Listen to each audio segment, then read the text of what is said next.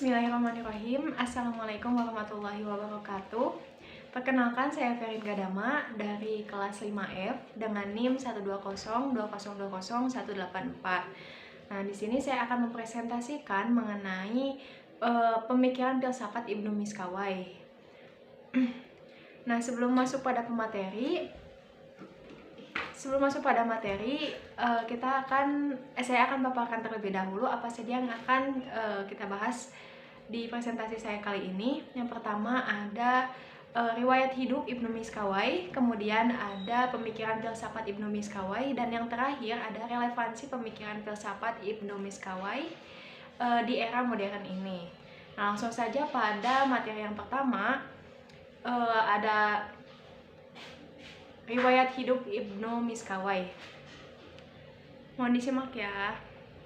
Ya, bismillah. Kita akan bahas mengenai riwayat hidup Ibnu Miskawai ya. Dimana sebelum kita masuk pada pembahasan mengenai pemikiran filsafat Ibnu Miskawai, kita harus tahu terlebih dahulu siapa itu Ibnu Miskawai. Nah, Ibnu Miskawai ini memiliki nama lengkap Abu Ali Ahmad Al-Khazim, yang mana Al-Khazim ini adalah nama gelar beliau, Ibnu Muhammad Ibnu Miskawai. Nah, kemudian beliau itu lahir di Iran tahun 330 Hijriah atau setara dengan 932 Masehi. Nah, kemudian beliau wafat di Isfahan pada tanggal 9 Safar 421 Hijriah atau setara dengan 1030 Masehi. Jadi umur beliau itu kurang lebih ada 92 tahun ya. Nah, nama Miskawai itu sendiri berarti harum minyak misik gitu, karena keluhuran budi pekerti dan keluasan ilmu. Nah, Miskawai ini didapat dari nama kakeknya gitu, yang mana pada saat itu kakeknya Ibnu Miskawai itu merupakan seorang Majusi, namun kemudian masuk Islam gitu. Nah, kemudian Ibnu Miskawai itu banyak ya diberi gelar. Salah satunya ada Al-Khazim, yang mana Ibnu Miskawai ini pernah menjadi bendaharawan pada masa Bani Buai. Kemudian Ibnu Miskawai ini juga diberi gelar Abu Ali gitu, Abu Ali. Nah, diberi gelar Abu Ali ini oleh para pengikut Syiah. Nah, dari gelar Abu Ali ini, sehingga masyarakat itu mengira bahwa Ibnu Miskawai itu adalah penganut Syiah gitu. Karena Ibnu Miskawai semasa hidupnya itu banyak dekat dengan para wazir-wazir Syiah, dan juga masuk ke dunia politiknya para penganut Syiah gitu. Nah, pada masa beliau lahir di Rey, kemudian beliau besar gitu, tumbuh besar di Rey itu pada masa Khalifah Bani Abbasiyah. Nah, beliau karena dekat dengan wazir-wazir Syiah, sehingga beliau pergi ke Isfahan untuk mengabdikan diri sebagai sebagai bendaharawan di sana. Nah, kemudian beliau pergi ke Isfahan dan wafat di sana. Begitu. Nah, masuk pada pemikiran filsafat Ibnu Miskawai ya, ada banyak poin-poinnya. Ada filsafat etika, kemudian ilmu pengetahuan, metafisik, kemudian ada kematian dan lain sebagainya. Nah, di sini saya akan mulai dari yang pertama, ada filsafat etika, di mana Ibnu Miskawai itu memang terkenal dengan sebutan Bapak Etika ya. Bapak Etika dimulai dari sewaktu Ibnu Miskawai itu menjabat di masa pemerintahan Bani Buai. Kemudian beliau itu merasa gelisah gitu, merasa sedih ketika melihat masyarakatnya itu turun moralnya gitu. Sehingga dari situ beliau itu tergugah, termotivasi, membangkitkan semangat beliau gitu untuk lebih mengarahkan pemikiran filsafat beliau itu kepada filsafat etika, seperti itu. Nah, menurut Ibnu Miskawai itu akhlak itu merupakan keadaan jiwa yang mendorong untuk melakukan perbuatan tanpa dipikirkan terlebih dahulu gitu. Jadi contohnya seperti apa? Contohnya misalkan ada nenek-nenek ya sedang berjalan sendiri di trotoar. Kemudian nenek itu ingin menyeberang jalan. Nah, ketika orang yang mempunyai etika itu merasa bahwa spontan aja gitu ingin membantu nenek itu karena nenek itu membutuhkan bantuan. Nah, itu yang dinamakan etika gitu, tanpa berpikir panjang, tapi langsung aja dikerjain kayak gitu.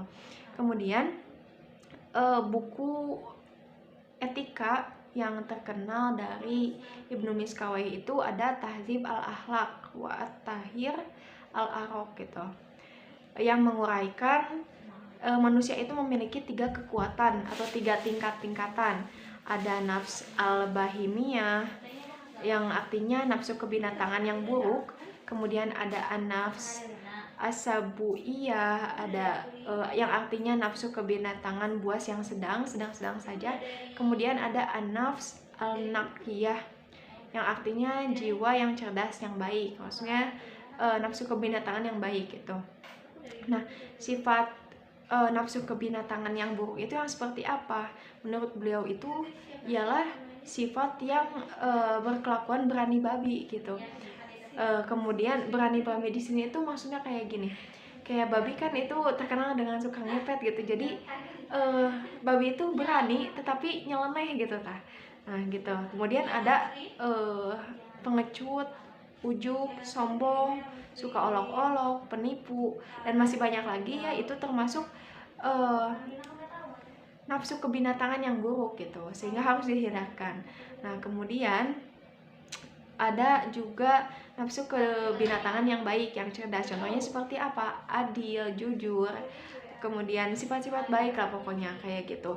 Dan an-nafs asabuiyah atau sifat kebinatangan yang sedang itu ya tengah-tengahnya gitu.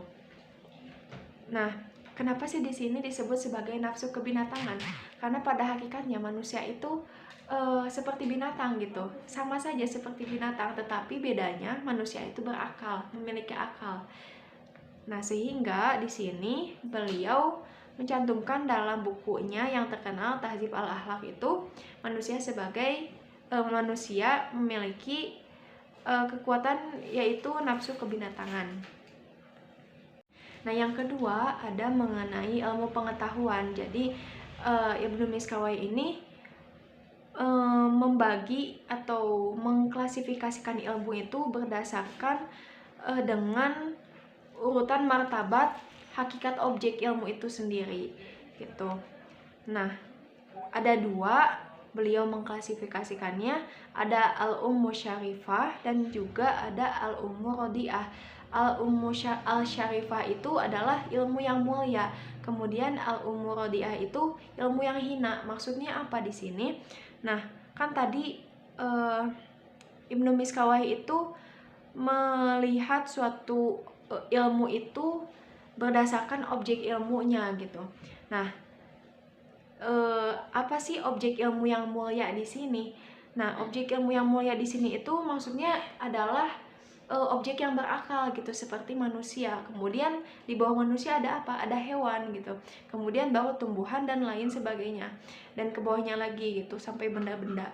Nah, itu paling tinggi kan itu manusia. Nah, itu manusia itu disebut sebagai al-ummu al-syarifah gitu. Kemudian ada al-ummu al-rodiah yang artinya ilmu yang hina gitu. Maksudnya hina itu si objek kajiannya itu tidak berhubungan dengan pemikiran, dengan potensi manusia gitu. Contohnya seperti apa? Contohnya ilmu menyamak atau ilmu mengecat tembok misalkan, atau ilmu mencuci baju dan lain sebagainya, itu disebut sebagai ilmu yang hina gitu menurut Ibnu Miskawai. Yang kelima ada tentang kenabian, di mana Ibnu Miskawai itu juga percaya gitu akan adanya kenabian. Nah, beliau berpendapat bahwa nabi itu berbeda dengan filsuf, yang mana filsuf ini menerima kebenaran dari bawah ke atas gitu. Sedangkan nabi itu menerima dari atas ke bawah. Karena apa? Nabi itu memperoleh langsung dari akal aktif sebagai rahmat Tuhan gitu. Manusia membutuhkan nabi untuk mengetahui hal-hal yang bermanfaat yang dapat membawanya kepada kebahagiaan dunia dan juga akhirat. Nah, menurut Ibnu Miskawai mengenai politik itu menegaskan bahwa yang menjaga tegaknya syariat Islam itu adalah imam yang kekuasaannya itu seperti kekuasaan raja gitu. Imam yang mempunyai kekuasaan. Tidak dikatakan raja jika tidak menjaga keselamatan agamanya. Oleh karena itu, politik itu menurut Ibnu Miskawai itu merupakan suatu yang penting gitu. Suatu yang penting untuk menegakkan syariat agama. Nah, kemudian ada mengenai kematian. Kematian itu menurut Ibnu Miskawai merupakan bukti keadilan Tuhan gitu. Kenapa dikatakan sebagai bukti keadilan Tuhan? Karena kalau misalkan Tuhan gitu masih tidak mematikan orang-orang sebelum kita, tidak mematikan orang-orang yang terdahulu gitu, maka hingga saat ini itu bumi akan penuh dengan orang-orang dari dulu hingga sekarang. Nah, oleh karena itu Tuhan itu memberikan kematian kepada manusia itu untuk sebagai bentuk keadilan Tuhan, bahwa manusia itu pasti akan terus berganti gitu, bahwa setiap yang hidup itu pasti akan mati, sehingga manusia itu banyak berbuat kebaikan untuk menghadapi masa-masa setelah kematian agar selamat dunia dan akhirat. Sekian dari saya mengenai pemikiran filsafat Ibnu Miskawai. Semoga bermanfaat bagi teman-teman semua yang menyaksikan.